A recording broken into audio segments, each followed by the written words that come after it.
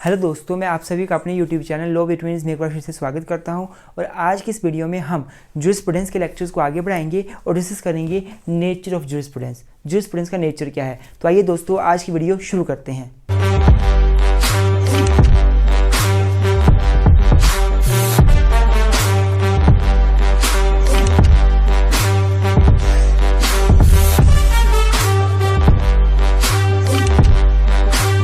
तो स्टूडेंट्स, जब भी क्वेश्चन आएगा तो सबसे पहले आपने इंट्रोडक्शन के साथ क्वेश्चन शुरू करना है। इंट्रोडक्शन में आप वो मीनिंग सारा लिख सकते हैं जो पहली वीडियो में मैंने बताया था कि jurisprudence is derived from Latin word jurisprudentia. Juris means law and prudentia means knowledge, therefore jurisprudence is the knowledge of law. It gives us knowledge about the basic principles of the law. ये सारी बातें आप meaning में introduction में लिख सकते हो। अब नेचर क्या है जूरिस्प्रूडेंस का बच्चों? तो नेचर सबसे पहले क्या है कि jurisprudence is uncodified law, uncodified या अनकोडिफाइड लॉ है। तो बच्चों जूरिस्प्रूडेंस एक अनकोडिफाइड लॉ है। लॉ दो प्रकार का होता है, एक कोडिफाई होता है बच्चों और एक अनकोडिफाई होता है। और मैं कोडिफाई की बात करूं तो कोडिफाई लॉ वो लॉ होता है जिसका कोड बना दिया गया होता है पार्लियामेंट के जरिए। जब लॉ को प्रॉपर सेक्शंस में डाल दिया जाता है, उसके प्रॉपर सेक्शंस बन जाते हैं, आर्टिकल्स बन जाते हैं, तो ऐसा लॉ कोडिफाई होता है। जैसे इंडियन पीनल कोड, इसके प्रॉपर 511 सेक्शन है, ये कोडिफाई लॉ है। जैसे CRPC, जैसे हिंदू मैरिज एक्ट, जैसे CPC, जैसे हमारा Indian constitution, Indian contract act, ये सारे क्या हैं? इन सभी को प्रॉपर एक एक्ट में तब्दील कर दिया गया है, इनके प्रॉपर्ली कोड बना दिए गए हैं। तो ये कैसा लॉ है बच्चों? ये कोडिफाइड लॉ है। लेकिन वहीं पे मैं अनकोडिफाइड लॉ की बात करूं तो ये एक ऐसा लॉ होता है जिसका कोई कोड नहीं होता, जिसको किसी पर्टिकुलर कोड में नहीं बनाया गया होता। जैसे कि हमारे लॉ ऑफ टोर्ट्स, जैसे एडमिनिस्ट्रेटिव लॉ। बच्चों आप बताओ क्या इन एक्ट, ये जो लॉ ऑफ टोर्ट्स है, एडमिनिस्ट्रेटिव लॉ है, क्या इनका कभी कोई बेयर एक्ट आपको मिल पाएगा मार्केट में? क्या इनके लिए पार्लियामेंट ने कोई लॉ पास किया है? क्या ये सेक्शंस में है? नहीं है, इसके कोई सेक्शन नहीं है, कोई आर्टिकल नहीं है, तो ये अनकोडिफाइड लॉ है। तो मैं जूरिस्प्रूडेंस की बात करूं तो वो भी एक अनकोडिफाइड लॉ है, उसका कोई पर्टिकुलर सेक्शन नहीं है, उसका कोई पर्टिकुलर आर्टिकल नहीं है। वो एक थ्योरीज पे बेस करता है, वो स्कॉलर्स की फिलोसफी के ऊपर बेस करता है। सेकेंड पॉइंट आप लिख सकते हो कि it is not a procedural law,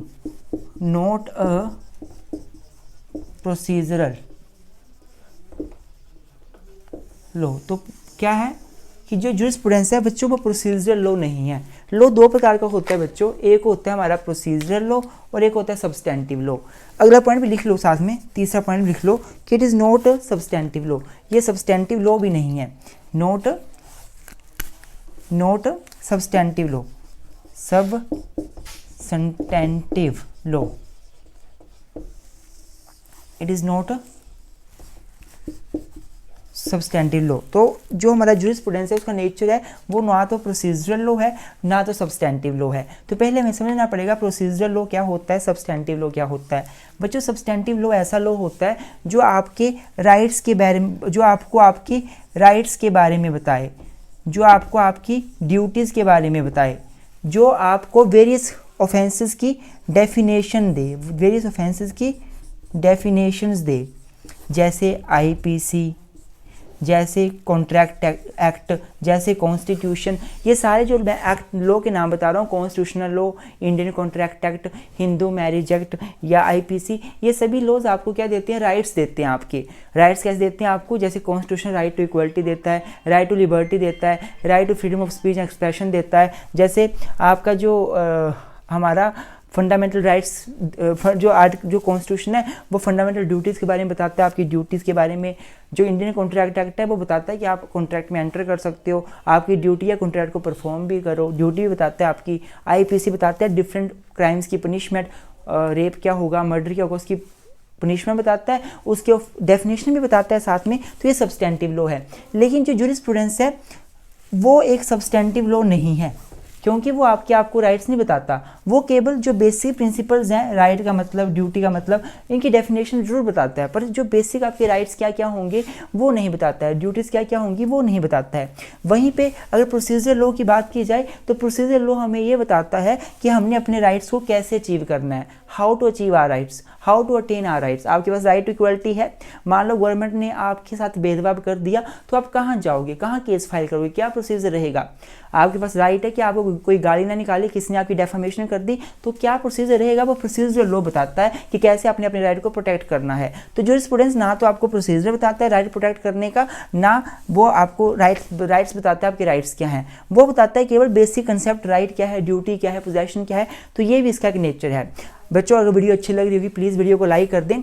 आगे बढ़ने से पहले आपको बता दूं बच्चों कि अगर आप LLB BA LLB के स्टूडेंट हैं, किसी भी सब्जेक्ट के आपको नोट्स चाहिए तो आप हमारे व्हाट्सएप नंबर 9816492276 या फिर 9816634276 इन नंबर पे आप हमें मैसेज कर सकते हो। इन नंबर पे मैसेज करके आप हमें नोट्स के लिए बोल सकते हो। नोट्स पेड रहेंगे, उसके चार्जेस आपको देने पड़ेंगे। कॉस्ट बिल्कुल नॉमिनल है। आज के टाइम पे जब मैं वीडियो बना रहा हूँ तो कॉस्ट हर सब्जेक्ट की 300 रुपया पर सब्जेक्ट कॉस्ट है, 300 रुपया। कल को कम भी हो सकती है, कभी आप मुझसे मांगो, फ्यूचर में वीडियो देखो, कम भी हो सकती है, ज़्यादा भी हो सकती है। आप यहाँ कंफर्म कर लें, पर नॉमिनली कॉस्ट रहेगी। इस कॉस्ट में आपको बहुत बढ़िया मटेरियल मिलेगा जो आप हमेशा याद रखोगे इतनी सिंपल लैंग्वेज में, और अपडेटेड मटेरियल मिलेगा। ऐसा नहीं है कि हमारा मटेरियल पुराना होता है, हम हर सेमेस्टर नए नोट्स अपडेट करते हैं लास्ट ईयर के क्वेश्चन पेपर के साथ। हर बार नई चेंजेस लेकर आते हैं नोट्स में, क्योंकि लॉ तो डायनामिक है, चेंज होता रहता है। नोट्स डायनामिक है, चेंज होने चाहिए, तो हम हमेशा नए नए नोट्स लाते हैं। दूसरा बच्चों, आप LLB BLLB कर रहे हैं और आपको किसी भी सब्जेक्ट में दिक्कत है, आपको TPA पढ़ना है, आपको प्रॉपर्टी लॉ पढ़ना है, आपको एडमिनिस्ट्रेटिव लॉ पढ़ना है, मुस्लिम लॉ पढ़ना है, तो हम रेगुलर और रिवीजन दोनों सेशन आपको देते हैं।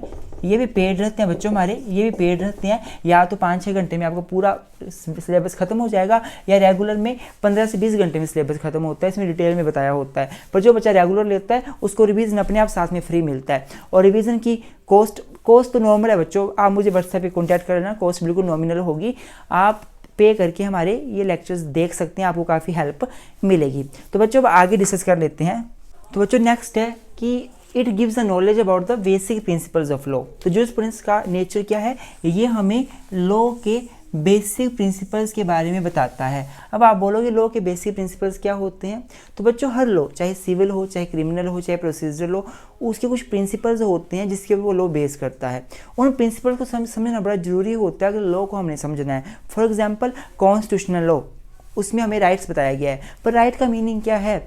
जैसे CPC सिविल प्रोसीजर कोड, वो हमें पोजेशन ऑनरशिप के बारे में बताता है, पर पोजेशन होती क्या है, ऑनरशिप होता क्या है, वहाँ तो डिफाइन नहीं किया गया, तो बताया कहाँ गया हमें, जूरिस्प्रूडेंस में। तो ये क्या दे रहा है हमें, ये बेसिक प्रिंसिपल्स का हमें नॉलेज दे रहा है, जो लॉ के बेसिक प्रिंसिपल्स हैं।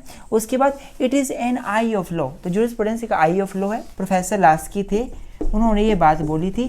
क्यों इनको आई ऑफ लॉ बोला था जूरिस्प्रूडेंस को, क्योंकि जूरिस्प्रूडेंस सभी लॉज को का बेसिक प्रिंसिपल बताता है। ये किसी एक लॉ के बारे में नहीं बताता, किसी एक कानून के साथ डील नहीं करता, ये हर लॉ के साथ डील करता है। चाहे सिविल हो, चाहे क्रिमिनल हो, चाहे प्रोसीजरल हो, चाहे सब्जेक्टिव हो, चाहे ऑब्जेक्टिव हो, कोई भी लॉ हो, इंटरनेशनल लॉ हो, ये हर लॉ का हमें जनरल प्रिंसिपल बताता है। तो इसका मतलब क्या हुआ बोलने का कि ये लॉ की आई है। हर कानून को हमने देखना है तो हमें जूरिस्प्रूडेंस की जरूरत पड़ेगी। हर कानून की आंख इसको माना गया है। लास्की ने ये बात बोली थी। It is a science. तो बहुत से स्कॉलर्स ऐसे हैं बच्चों जो जूरिस्प्रूडेंस को साइंस मानते हैं। अब देखो साइंस क्या होती है।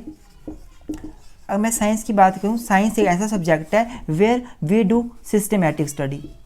हम सिस्टम में स्टडी करते हैं, हम सिस्टमेटिक तरीके से स्टडी करते हैं। तो हमारे scholar like Salmond, like Holland, like Austin, इन्होंने जूरिस्प्रूडेंस को क्या माना, एक साइंस माना। उन्होंने बोला जूरिस्प्रूडेंस भी एक सिस्टमेटिक स्टडी करता है। ये हर पॉइंट्स की, हर चीज़ की, जैसे साइंस में सिस्टमेटिक स्टडी करी जाती है, उसी प्रकार जूरिस्प्रूडेंस में हर कंसेप्ट की सिस्टमेटिक तरीके से स्टडी करी जाती है। इसलिए जूरिस्प्रूडेंस साइंस है। जैसे कि फॉर एग्जांपल सालमन ने क्या बोला था, it is a science of first principle of civil law. Holland ने क्या बोला, it is a formal science of positive law. Austin ने क्या बोला, it is a science of philosophy of positive law. तो बोलने का मतलब इन सभी ने क्या बोला, जूरिस्प्रूडेंस को एक साइंस माना।